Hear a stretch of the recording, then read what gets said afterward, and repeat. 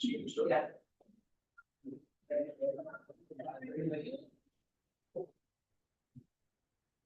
Shauna, for a second.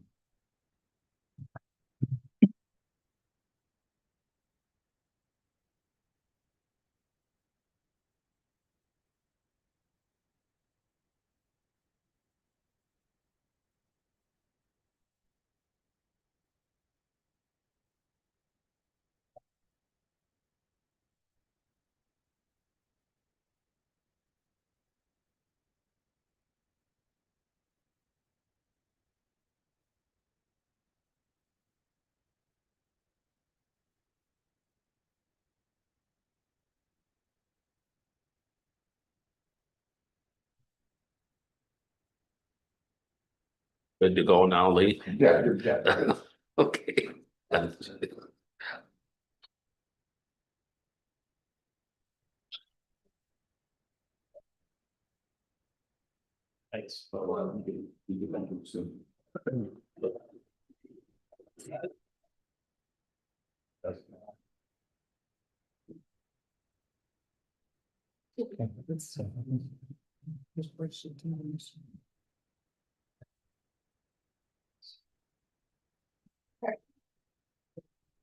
All right, good morning, everyone. It is 9 a.m. We'll call the meeting of the Codington County Commissioners to order. Today is Tuesday, July 7th. It is 9 a.m. We'll begin with the Pledge of Allegiance this morning. Commissioner Gable, will you lead us, please?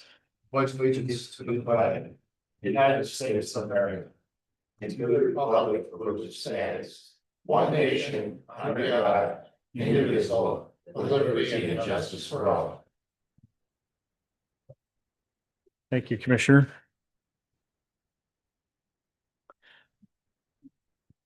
Call for public comment may be submitted in person or by calling on telephone this morning at 605-882-6248 or 605-882-6297. Commissioners, any conflict of interest items to disclose? No. Nope. Okay. I'd like to take just a moment before we get into our meeting to offer the condolences to one of our own that we lost this past week, Deputy Dave Curtis. We've lost Dave, and our thoughts and prayers are with him and his family. And we'd like to thank Dave for everything that he did in the law enforcement community. Funeral services for Dave will be held on Friday at 10 a.m. at IC. So on behalf of the commission, thank you, Dave, for everything that you've done for us, and Godspeed, our friend. Let's move on to item number 4, and this is action to approve the July 7th agenda. We do have a change on the agenda. Item number 13, we've added the hiring and advertising of that position. Should we choose to approve that new job description, we've added that onto the agenda. Motion to approve. Second. Motion to approve by McElhaney and a second by Gable. Mr. Chair, one question. Commissioner? Permission to ask for postpone number 9 on the ordinance. I did not receive it yet and haven't had a chance to review and study it. Okay. Well, it's just the first reading, so, Mr. Chair. So Okay. it's just the first reading. We'll go ahead and do the first reading, and then if we need to do anything further on that, we'll have time to do that. Okay. All right. Since it is a first reading, we'll leave that on the agenda. Item number 5 is action to approve. Oh, I'm sorry. Did we need to vote on that? So all in favor, say aye. Aye. Opposed? Motion carries. Item number 5 is action to approve June 23rd's minutes of the Board of Commissioners. Move. Okay. Right, so we have a motion by Schwer, second by Gable. All in favor, say aye. Aye. Opposed? Motion carries. That brings us to item number 6. This is a tax deed property auction. And we'll go ahead and start that process. This is for lot 26, 27, and 28 in Block 2 in the town of Vera, now known as Compesca. And the west one half of the vacated alley lying easterly of said lots 26 through 28, and the southern half of the vacated alley lying northerly of said lot 28 in Codington County, South Dakota, according to the recorded plat thereof, record number 1996. It was assessed as non-ag. Last assessed value was $17,266. Record 1996, tax deed issued to Codington County on 12/16/2025. The appraised value is $18,000. So we're going to auction that property off this morning. So if you are here, please signify your bid by raising your hand. We don't have bid numbers, so we don't need those. If you are the winning bid, we would ask that you see Brenda following the auction here this morning and get that worked out with her. Okay, so since the appraised value is $18,000, we'll start the bidding at that price. Do I have a bid for 18,000? Okay, we do have a bid for 18,000. Any higher bids? 18,500. 18,500. 18,500. Bids at 18,000. Any other bids? Seeing no other bids. Going once, going twice. All right, we'll sell it to you for $18,000. If you could see Brenda, worked out, okay? Thank you. What was your name, ma'am? Amanda? Okay. Thank you. Thank you, Amanda. There you go. All right. That was easier than I thought it was going to be. I always get nervous about those auctions. All right, let's move on to item number 7, and this is action to approve a request to sell alcohol at a wedding event at the Extension Center, and this is Urban and Mishke weddings. So is there anybody here to speak on that issue? Come on up, ma'am. Come on up. Come on up. We'll just have you grab a chair there and we'll turn on your microphone, and if you could just introduce yourself and tell us what you're looking for, please. My name's Kirsten Urban. I'm originally from Clear Lake, but have since moved to Watertown. My fiance and I are getting married October 10th at the event center, or not the event center, the extension building. Okay. And this is a request to sell alcohol. Who's going to have the license? Who's going to provide the license? Second Street. Second Street Station. Okay. Okay. Sounds good. Motion to approve. Do you have a motion to approve by Commissioner McElhaney? Second it. Second by Commissioner Schwer. Any discussion? All in favor, say aye. Aye. Opposed? Motion carries. Thank you. It's granted. Thank you. Good luck. Thank you. Congratulations, by the way. All right, let's move on to item number 8. This is action to approve plat resolutions. The first one, 2026-13. This is Dan and Rita Mesaberg edition. Brett. Correct. Yes, you have that information in your packets. This was approved by the Planning Commission. And so now it just comes before you for approval as well. Myron, did you want to add anything? He was also on that board. Actually, the reason for it is estate planning and just getting things in order. And with that, I'll move to approve. Second. A motion and a second to approve. Any discussion? Seeing none, all in favor, say aye. Aye. Opposed? Motion carries. Move on to letter number B. This is 2026-14. This is the Lanky edition or Lanky edition. Correct. That legal description is the southeast quarter of section 5, 119, North Range 55. It's in Eden Township, same sort of thing. They're just platting off a portion of that, and it was approved by the planning board. It comes at the request, at the approval of the planning board. Looking for a motion to approve. Motion to approve. Second. Motion by McElhaney, second by Johnson. Any discussion? All in favor, say aye. Aye. Opposed? That motion carries. Letter C is 2026-15. This is the Fleming edition. Correct. That is also, it's located in the southwest quarter of section 20, 118, North Range 53. Also, this is in Fuller Township, also approved by the Planning Commission for move to your approval. Johnson, did you want to add anything? The reason for this particular item is that Ben and his wife are building a new home. And so we had to do a little bit of maneuvering around of the property. And so that's the reason for it. With that, I'll move to approve. Motion to approve. Second. Second by, motion to approve by Johnson, second by McElhaney. Discussion.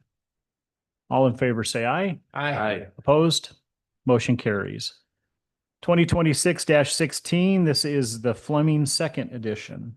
Correct. So this is also a part of your previous one.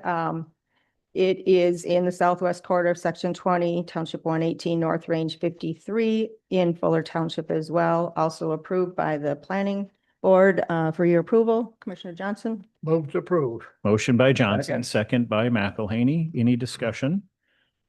All in favor, say aye. Aye. Opposed? That motion carries. Thank you, commissioners. Moving on to item number 9. This is first reading of ordinance number 83, and I'll turn it over to Commissioner Gable.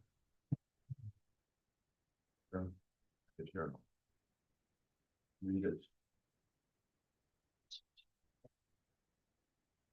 Oh, Tastes so good. that's donuts. Or pausing for effective environment. Yeah. All right, so, He's pretty quick though. all right, Mr. Chair. Commissioner Gable, go ahead, please. Ordinance number 83, an ordinance imposing a county gross receipts tax and use tax for Codington County, South Dakota, be it ordained by Codington County, South Dakota, section 1. The purpose of this ordinance is to provide needed revenue while reducing the burden of property tax for Codington County, South Dakota by imposing the county gross receipts tax pursuant to the powers granted to the county by the state of South Dakota Codified Law 10-52B, entitled County Option Retail Sales and Service Tax for Property Tax Reduction and acts amendatory thereto. The purpose of the county gross receipts tax is to provide property tax relief on the county property tax levy for all property classified as owner occupied. All monies collected by the county from the gross receipts tax must be deposited into a property tax reduction fund, which is hereby created and shall be administered in accordance with South Dakota Codified Law 10-52B. Section 2. Effective date and enactment of tax. Commissioner Gable, I'm Yes. sorry to interrupt you. Can you speak up just a little Oh, bit? sure. Yeah, make sure. There you go. Thank you. Okay, section 2. Effective date and enactment of tax. From and after the first day of January 2027, there is hereby imposed as a county gross receipts tax upon the privilege of engaging in business, a tax measured by 0.5%, 0.5% on the gross receipts tax of all persons engaged in business within the jurisdiction of Codington County, South Dakota, who are subject to the South Dakota Retail Occupational Sales and Service Tax, South Dakota Codified Law 10-45, and acts amendatory thereto.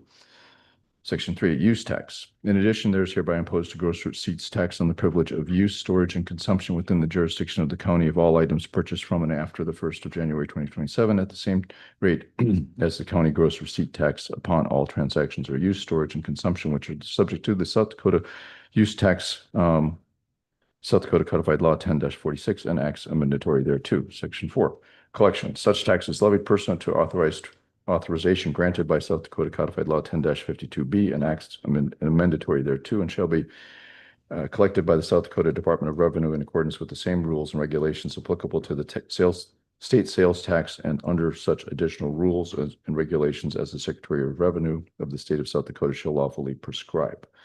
Section 5, interpretation. It is declared to be the intention of this ordinance and the taxes levied hereunder that the same shall be interpreted and construed in the same manner as all sections of the South Dakota Retail Occupational Sales and Service Tax, South Dakota Codified Law 10-45, and acts amendatory thereto, and the South Dakota's use tax, South Dakota Codified Law 10-46, and acts amendatory thereto. And this shall be considered a similar tax except for the rate thereof to that tax.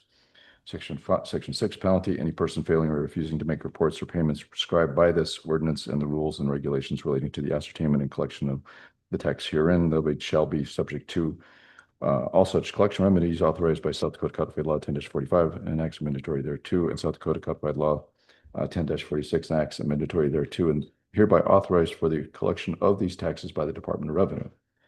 Section 7, separability. If any provision of this ordinance is declared unconstitutional or the application thereof to any person or circumstances held invalid, the constitutionality of the remainder of the ordinance and applicability thereof to other persons or circumstances shall not be affected thereby. And that would be dated whatever day it's adopted. If it is adopted, first reading is today. Right. So Thank you, Commissioner Gable. That is the first reading of ordinance number 83. Of course, there's no action or anything else that needs to be done. Just it's required that we have the first reading and that takes care of that. Thank you. Let's move on to item number 10. This is our monthly reports. We'll begin with 4-H educator. Let's get Jody up here. Good morning, Jody. Morning, Jody. Budget and stuff too, so. All right.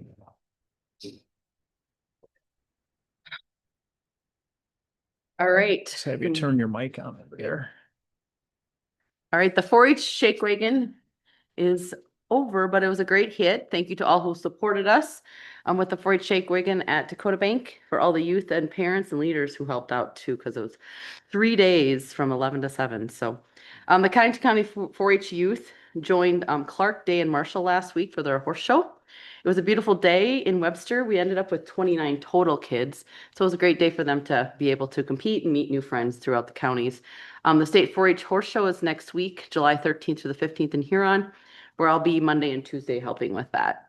7 of our 4-H youth will be participating in the Daisy National Shoot in Rogers, Arkansas, July 10th through the 13th. So they'll be leaving this week. We wish them all the best in their travels and competitions. They've been practicing a lot, and they also have tests too. So they're tests on their shooting too.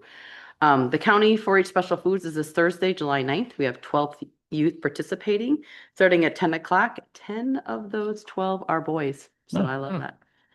Coming up, we have our radio public service announcements at KWT on July 21st and a food preservation workshop on July 22nd. And our achievement days are August 3rd through the 6th. So we're busy preparing for that also. Speaking of that, I have letters that I'm not going to mail. I will just hand them to you. So you Thank can you. have them with our schedule in there. And there you go. Busy week. Yes. Busy month is gonna fly. Busy month, yeah. That's where it does, just flies. And then we have our county budget with us too, if you need to just. Yeah, why don't we discuss go ahead that. and take a look at that? Yeah. Brenda, you don't have PDF. Don't worry about it, this, don't worry. Oh. Do you have that with you? Or do Yeah, you need here's a copy of Okay. it. Yeah, we have a copy of What it. color are we looking for, Brenda? Maybe it's green. Green? I don't know. Well, so far I got auditor, jail and extension. Yeah, I see extension. What color is it? White? Green. This is pink. They're all different. You can, you can go ahead and start. Ready? Okay. Yeah. It's pretty basic, but we'll start with number 1. Of course, there's changes in that every year, the wages. We estimated a 3% cost of living increase. I think that's pretty average. The other increase, of course, is health insurance. We projected a 10% on that, which I think we do every year. That's right in there.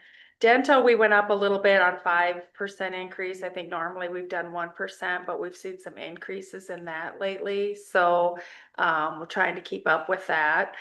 One of the bigger increases you'll see is under publishing, number 423. The reason for that is we're seeing where when you purchase a software, you used to just buy the software and you download it and it was on your computer. You can't do that anymore. Now they're annual renewals. You have to subscriptions. You have to pay for them each and every year. So we had to increase that to keep up with that. So any way to get more money out of people, I suppose. Utilities, that one, we did have an increase in that one. That had stayed steady for many years, but now we have a new bill in there. It's a firewall out of the extension office that Steve set up, so we had to increase it to fit that. Another increase that we had was our current expense is our other, which is our like equipment. We've had to purchase some computers and so forth, so we've had to increase that to keep up with the rising costs. Hopefully we don't have anything big we need to buy coming up, but we did increase it just in case to, like I said, to keep up with the rising costs. And then of course, the other wage for our 4-H advisor, that was also 3%, which that's every year we have that too. So Are there any questions? Anything that, Nope, I think it looks good. everything else we kept the same? Okay, good, thank you. Thank you very much. Thank you. Appreciate it. Thank Thank you. Thank you. All right, let's move on to our Veteran Service Officer report and get Jay up here. Good morning, Jay. Morning, Commissioners. Good morning again. Jay Roberts from the Veterans Service Office. I'll just first report on my metrics for the last month, and then I'll move on to my budget for the next year. So the metrics for the last month, we had 126 open claims, 49 pending action from the VA with 155 completed to date. We have Hamlin County, we have 20 open claims with 6 pending action and 20 completed. And currently we are working with 11 veterans from outside of either of those 2 counties, with 5 claims completed so far this year. So increases for the month, we have 16,273 increases to compensation, and a year to date, we have $98,339. And then for retro payments, last month we had $82,674 increase, and then total year to date is $547,673. So we transported 1 veteran for an appointment down to Sioux Falls for a healthcare appointment, and next month we have 2 transports. Along with that, one of my other notes is that we're continuing to look for volunteers to drive our veterans, but at the same time, encouraging our veterans to contact the Veterans Transportation Service that's offered through the VA and maybe move that direction. With our low numbers of drivers and our low numbers of veterans actually using our services, maybe they would be better off going to the Veterans Transportation Service through the VA. So we'll see how that works going forward. So our current, okay, I'll continue on with this. I have a meeting with commanders from the local service organizations tonight at 5:30 at the VFW. And then on Thursday, we'll be attending the radio stations and making announcements for veterans there at both KWAT and KXLG. We're still looking to plan an event for our 3rd quarter, actually, event, not our 2nd quarter, either at Edgewood Living Center here in town or Esteline Care Center. We haven't solidified that yet. We have our upcoming annual benefits school in September from the 15th to the 18th, so we'll be down there for that. And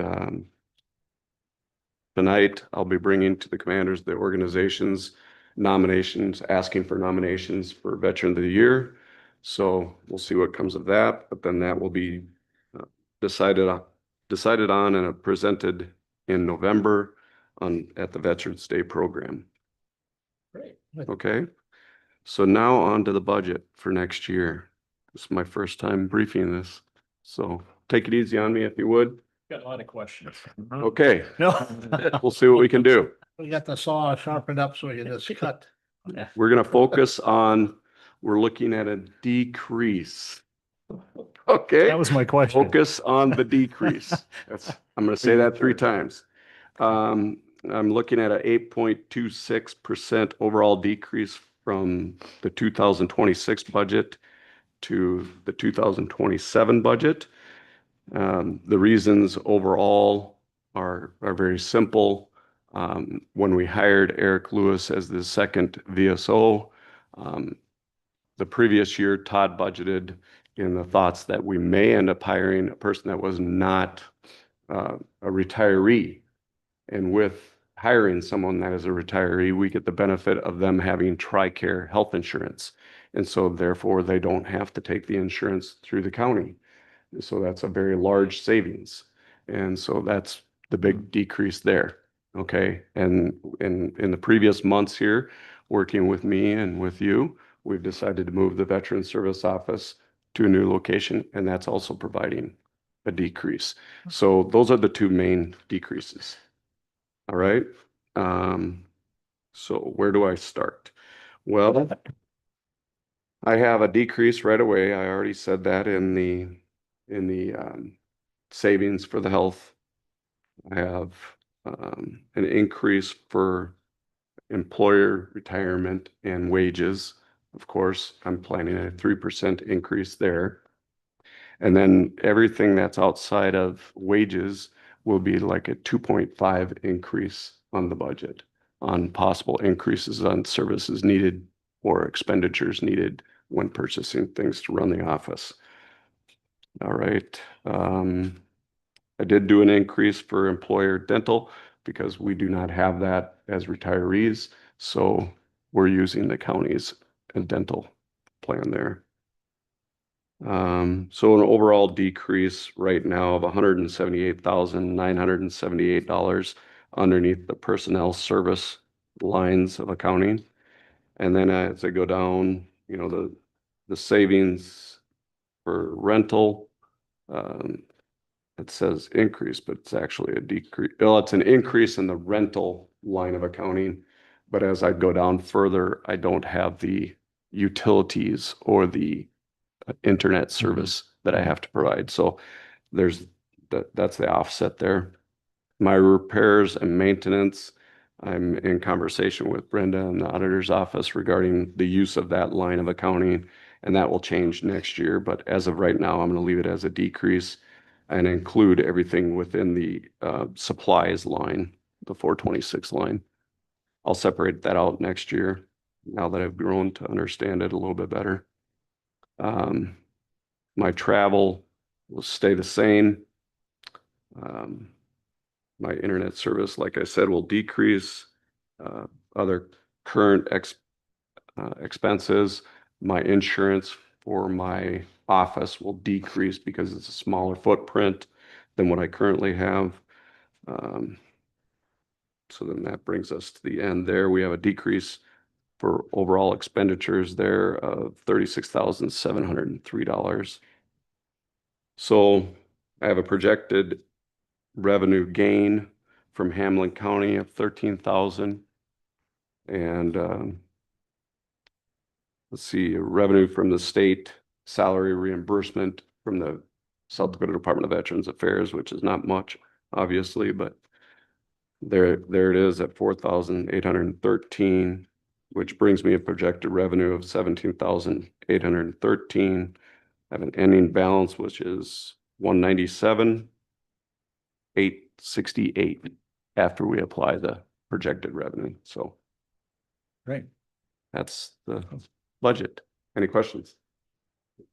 Good news, good news. It is good news. It's a decrease. So Third time said. The entire budget request for the Veteran Service Office is $227,753. No, wait, that's last year. $215,681 with a projected revenue grow back of $17,813, which brings me down to the ending expense for the county of $197,868. It's good. Thanks, Jay. Thank you. Appreciate it. Questions for Jay? See? All right. Thank you. Have a good day. You don't see that happen very often. No. We have a decrease in the budget line. All right. We like that. All right, we've already kind of talked about the 2027 budget request, so I think we'll move on to number 12, and this is discussion possible action to apply for flood mitigation assistance grant for pre-disaster mitigation plan update. It's Andrew Delgado. Morning, Andrew. Morning. All right, Andrew. Last year, we initially planned to apply for some grant money through the hazard mitigation grant program. We committed to a hard match of up to $5,000 to update our pre-disaster mitigation plan, which is basically the planning document for mitigation projects that we could undertake to lessen risk of the impact of disasters within the county. And we've typically partnered with several communities to do that. So all of the, well, if you remember, like a lot of those grant programs had short suspenses and whatnot. So we did not get all of the letters back from the communities in time to apply for that. But there is a new funding opportunity through the flood mitigation assistance grant program. And it specifically has money set aside in the capability and capacity building activities, where mitigation planning would be an eligible expense. I guess the request is that we apply for this grant so we can get our PDM updated, which will need to be done in 2027. Basically using the exact same stipulations that were requested last year, and yeah, it was up to $5,000 local match. Up to 5,000.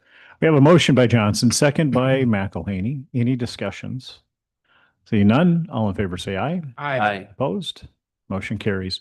Thank you. Thank you. Appreciate the looking for those grants out there. Know you spend a lot of time doing that. Appreciate it. The defense support coordinator, is that separate? That's not Andrew. Okay. All right. We'll go ahead and move on to item number 13 then. That is discussion possible action to approve job description for the appraiser assistant in the Director of Equalization Office. And we're also going to loop in the hiring and advertising into this, and we'll take that all in one motion. So. Good morning. Morning. Morning. Good morning. There you go. Morning. I'll turn it over to you guys. Shauna Constant, Director of Equalization. We have had a resignation of one of our appraisers. And just this last month, he was done and going to Brookings. We wish him well. But when we hire certified appraiser or hire an appraiser, they need to be certified or get certified. And the Department of Revenue likes them to attend our yearly school and take the basics course, prior to taking their certification test.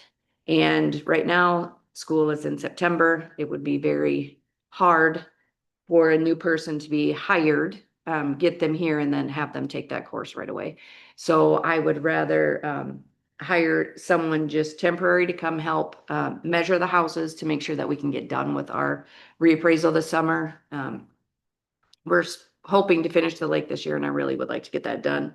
So just someone to come and help measure the properties, help the appraisers do what they need to do, go to appointments and things like that, rather than hire an actual appraiser right now. I want to wait until it's more feasible, and I wouldn't want to go to school a month after getting hired either. So I don't want to. So this is a new position? This is a new position. Yep, it would be just a seasonal, part-time, no benefited position. We put it on the pay scale in pay grade AA, so starting wage would be $18.68 an hour. Okay. And this could be somebody that's like not graduated high school or something like that too. It just needs to be 16 years of age. So what would the intent be after this position then, when you're ready to hire the full-time person? When we're ready to hire, then we would want to hire an actual appraiser, go back to the appraiser one. When we hired our last one, they were actually already certified, which was nice, an appraiser too, but then move on from there, but probably not until after the first of the year. We want to give them at least time to go. They have to go through a set of books and things and then school and then get certified. So this would be a temporary position? This is just going to be a temporary position. Okay. Just through the summer, basically. Just through the summer, basically. I did find out one of my appraisers, one of the ones that's left, is gonna have to have surgery and be out for 6 to 8 weeks over the building permit time. So maybe extend it into that, but we think we could probably get those things done. But as of right now, just temporary, just to get the Lake Compesca reappraisal done this summer. there's room in your budget to absorb this. Yes, the amount of money that we're paying the appraiser is not, or the assistant. Yeah. Is Significantly less. significantly Significantly less than the amount of an Okay. appraiser, yes. Motion to approve. Motion by McElhaney, Second. second by, who wants it? Gable. All right. Any discussion? Do you want to add the hiring and advertising for the job in the motion? Or Yes. take that separate? Yeah, we'll take Yeah. that all in one motion. Yes. Okay. Okay. All right. So we have a motion and a second. Any other questions? Good question, Commissioner. All right. If not, all in favor, say aye. Aye. Opposed? Motion carries. All right, Thank thank you you. guys. And if you want a part-time Yeah. position, Yeah. come see what we do. I know. Nominate Lee. Yeah. Thank you. Yeah. Thanks, Lee, for doing that. Appreciate that. Yeah. You start off holding the dumb end of the tape measure? Okay. All right, let's move on to number 14. This is discussion possible action to approve the revised job description for the Defense Support Coordinator. Yes. Turn it over so- to HR, Natalie. Thank you. You should have this in your packets. This is a position you previously approved with the title of pretrial case manager over in Sarah's office, community services, and the budget coming out of the court-appointed attorney. This job description has just had some revisions after further discussion and conversation. The title of the position is being changed to Defense Support Coordinator, feeling like that's a better fit in line with this role. And there was a few other minor changes on it, and also clarifying that this is a non-exempt hourly position. It was previously listed in error as salaried. Make a motion to approve. Motion by Gable, second by McElhaney. Any discussion? Just to. Commissioner just to, Gable. Build on what Natalie said, so Defense Support Coordinator, that it accurately describes what we're trying to do to assist, court-appointed attorneys in, all the administrivia mostly, and kind of the nuts and bolts coordination of getting defendants to where they need to be, so that we don't get billed for the cost for those mundane tasks by a court-appointed attorney. But the other, so that accurately describes it. When you use the term pretrial, that implies you're part of the enforcement process. And so we didn't want to give that implication. So even though it's during the pretrial time period, generally speaking, we don't want to give that implication. So And when we had this discussion about this position, that was the idea, was to save the county money Yeah, in the yeah, long absolutely. run. And so I think hopefully we see the results of that. We'll see. Should work. Okay. Anything else? We take action with motion? Haven't voted yet. we should vote. You got a motion in a second. Oh, we do have motion in a second. Okay, lost track. Sorry. Any more discussion? All in favor, say aye. Aye. Opposed? Motion carries. My apologies. Item number 15 is discussion possible action to approve the revised wage scale. That is in your packet. Natalie? Yes, so this is just clarifying those things that you've already taken action on here today. So on pay grade AA, you will see the addition of the appraiser assistant, which was the job description that you approved in the hiring. And then down to pay grade 40, you'll see the defense support coordinator, which was just a change again in that title, previously said pretrial case manager. So just an update to those two items. Motion to approve. Second. Motion and a second. Motion by McElhaney, second by Gable. Any further discussion? See none, all in favor, say aye. Aye. Opposed? Motion carries. Thank you. Thank you, commissioners. Let's go ahead and take number 17, Natalie, since you're up here. This is discussion possible action to approve the human resources contract effective July 1st, 2026. You should have that. We've had some discussion on that. So is there anything you'd like to add there, Natalie?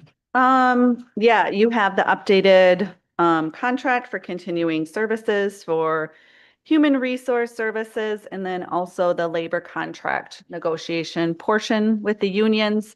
I've sent you the revisions, but just changing a few words, clarifying the scope of work in a few items. removing some references to TCP, changing that to ADP. And yeah, a few minor things. Is there anything, questions you have? And then a 3% rate increase. Okay. So I'll make a motion to approve. We do have a motion to approve by Commissioner Gable. Do I have a second? I'll second it. Second by Commissioner Schwer.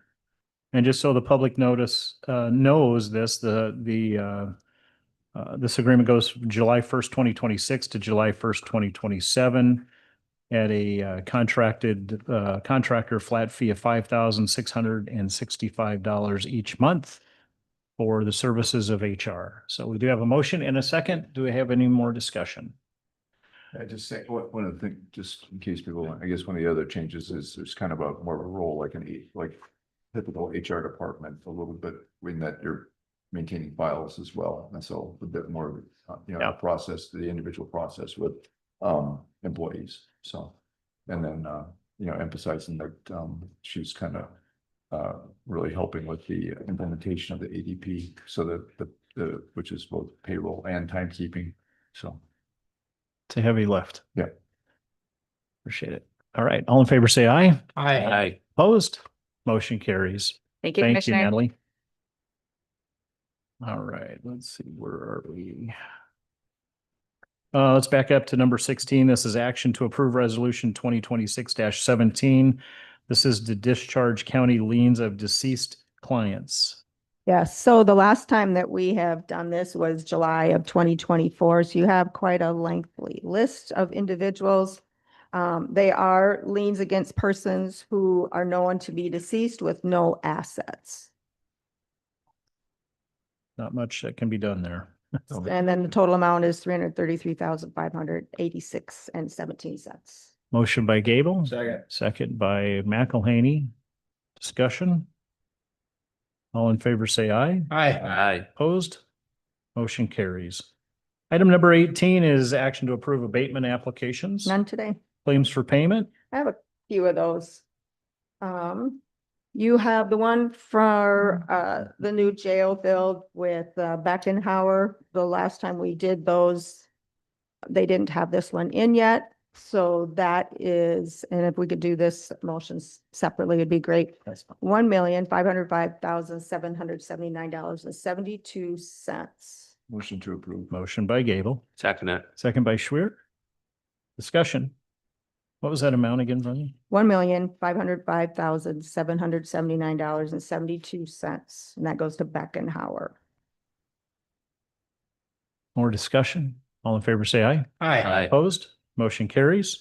I had one election worker slip through the cracks somehow, Carol Comus, in the amount of $275. I'd like to get her paid before next week if we Motion can. to approve. Motion by McElhaney, second by Gable. Any discussion? All in favor, say aye. Aye. Opposed?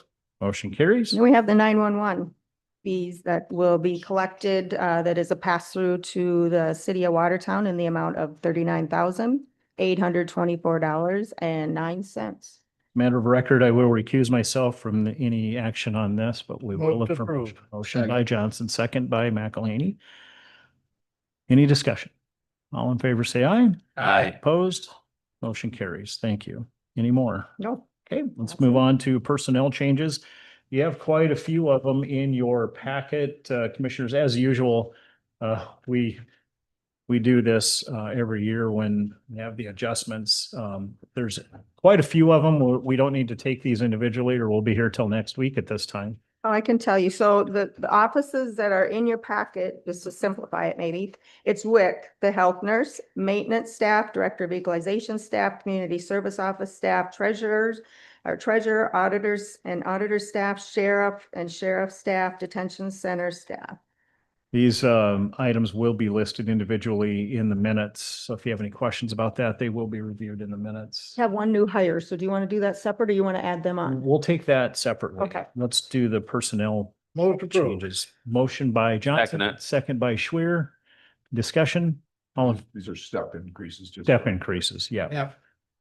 All in favor, say aye. Aye. Opposed? Motion carries. Okay, now we do have the new hire. Yes, Brenda. and I had him separate in your packet just to try to separate out. It is for John Ingalls. The effective date is July 15th, 2026. He's a Highway Tech 2 in the highway. He will be at step A, $27.66 an hour. To approve. Motion by McElhaney, second by, who? Gable. Gable. All right. Any discussion? All in favor, say aye. Aye. Opposed? Motion carries. Travel request, item number 22. None today. Public notices, a possible quorum of commissioners could be in attendance at this week. Commissioners? No, just, so the one in the, I had a paper copy, Brenda, is this left over from another time for Oh, my bad. Yes, we did have one for Sarah. Or, services? yes, thank you. Sorry. I was going through. We did have a travel. You are correct. For community services, All and right. you have all the information. Sorry. Okay, so we need to back up. Yep. We'll back up to item number 22. This is a travel request for Sarah. I'll make a motion to approve. Okay, motion by Gable, Second. second by Johnson. All in favor, say aye. Aye. Opposed? Motion carries. All right. Anything for a quorum of commissioners could be in attendance at this week? And you're aware of There's a meetings or anything? Yeah, we're gonna have a funeral on Friday. There could very possibly be. Correct. Very good. Thank you, Commissioner McElhaney. All right, let's move on to old business. Item number 24, any old business? Item number 25 is new business. Anything for new business? Just, Mr. Chair, if I could just follow up on the reading of the ordinance, first reading of ordinance 83, just so people understand, we did not enact that ordinance. So that's just like the laws or bills in the legislature, you have a first and a second reading. So the first reading is for everybody to get familiar with it. And then, so this is based on the governor's, law that was under Senate Bill 96. And the idea is to be able to take that, offset some of the property tax that people pay on their owner occupied properties with sales tax, basically. And so, whatever gets, whatever revenue is gained from that sales tax is, by law has to just be subtracted out of basically subtracted out of owner occupied, Mhm. what we would have collected. And so the governor's office estimates that would, for a $325,000 owner occupied property, that the savings would be about $821 a year. So just to give you an idea, it will take, a year or so to get this all kind of in motion. If we do adopt it, just to give folks an idea. So, in Watertown, if you're wondering what that revenue would be to generate, and I think this might be useful information for us commissioners. But let me show screen there. So I don't know if you can see that, but this is from the Department of Revenue's report of 2025. What Watertown gained out of their 2-cent tax. So that we pay right now, we pay 6.5% sales, or roughly 6.2. 6.2, that's right. So two pennies of that go to the municipalities. So this is what Watertown got from that in 2025, or what the taxes were due. I don't, it's close to what was collected, but tax due was close to 23 million. And so a fourth of that would be a 0.5 cent sales tax, which would be close to 5.7 million. So just to give you an idea of what that would generate, and then you take that money and just say, okay, so put that towards your budget, and then you don't have to tax as much for property tax. So that's the whole idea of the thing. So just in case people are wondering, and appreciate any feedback. So. Yeah, we would appreciate any public feedback on this. Please reach out to your commissioners or any of us if there's any public comment on that. It is ordinance number 83, because we would like to solicit that feedback from you before it goes on to a second reading. And it's also being published in the current for this week and the next week for people to take a look. So, And the South Shore Gazette, sorry. pardon? Both papers, South Shore Gazette. Oh, so sure, just, yeah, and the just so people understand, so the requirement is once an ordinance is published, it gets published after it's adopted. But we're kind of in the midst of the adoption, so people have a chance to see it at least before the second reading. Sounds good. Thank you for the update on that. Right, Commissioner? I've got a question for our auditor, Brenda.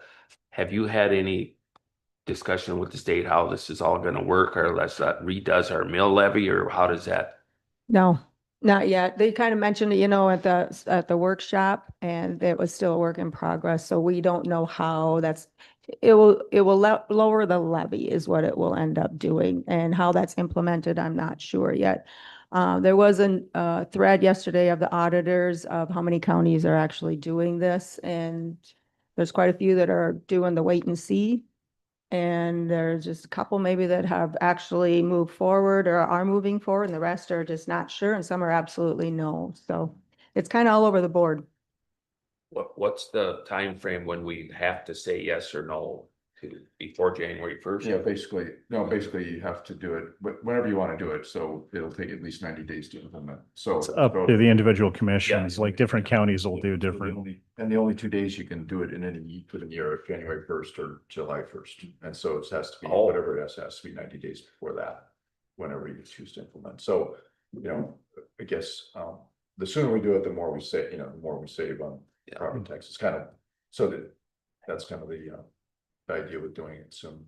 And just so people know what the text of that ordinance was from a template provided by the Department of Revenue, had the Secretary of Revenue was gracious enough to take a look at, a few little things, but, and he gave some suggestions to that too. So, so it was very helpful.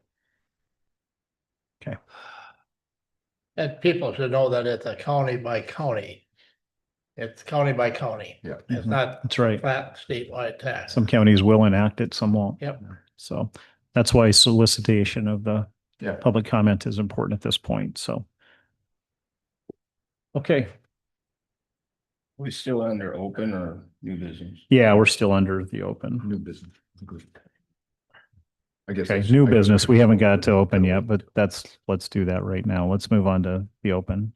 So public comments, anybody for public comments? I just got an email reference that, so I'm familiar with that. Okay. So we'll talk about that after the meeting, but yeah, okay. We need to make an announcement about Friday then. Yeah, I'm gonna do that. Yeah. So we're at public comments right now. Is there any other public comments? Am I considered public? Can I just mention, so you have this information, Ken Bundy was going to try to be here, but he had a conservation meeting this morning since he's the chair. This is about, and Troy, you probably know too, the meeting that was up in Webster. So the top information is what is going to be discharged down from up above. So that would be Bitter Lake and Enemy Swim, any of those. And it's 250 cubic feet per second. And so you have the comparison with what they release at Gavin's Point of what they're actually releasing and what they want to do up north. Troy went into that meeting. I don't know if there's anything he wants to add. Ken wanted to be here, but he could not. It would be the time frame from May 1st to November 30th. And so did you want to Yeah, add something? so I did attend that meeting last week. It was up in Webster, and the U.S. Army Corps of Engineers was there along with the county commissioners. There was, I don't know, probably 50, 60 people there at this meeting, and they were talking about the future of the lakes up in Day County and how the lakes are, like Bitter Lake is filling with water, and so they've got to come up with a resolution on how to drain those lakes. Otherwise, it's going to be just one lake that leads into the next, that feeds into the next, and they're going to be inundated. And so I don't have the numbers because I wasn't prepared to talk on it today, but it's millions of dollars of property damage and land that's going to be taken over by the water up there. So they're working with the U.S. Army Corps of Engineers, and I know that that we're going to be involved in this because it's going to affect the Big Sioux River at some point, and our folks downstream, and they're aware of that, and we're aware of that, and so working together, I think that there is a solution that can be ultimately be found here, but they have their finger on the pulse, and we're going to be watching it closely too to see what remedies we can take to assist with that. So. Mr. Chair, did they give a time frame on when these releases might be? Yeah, so give me just a moment to pull up an email.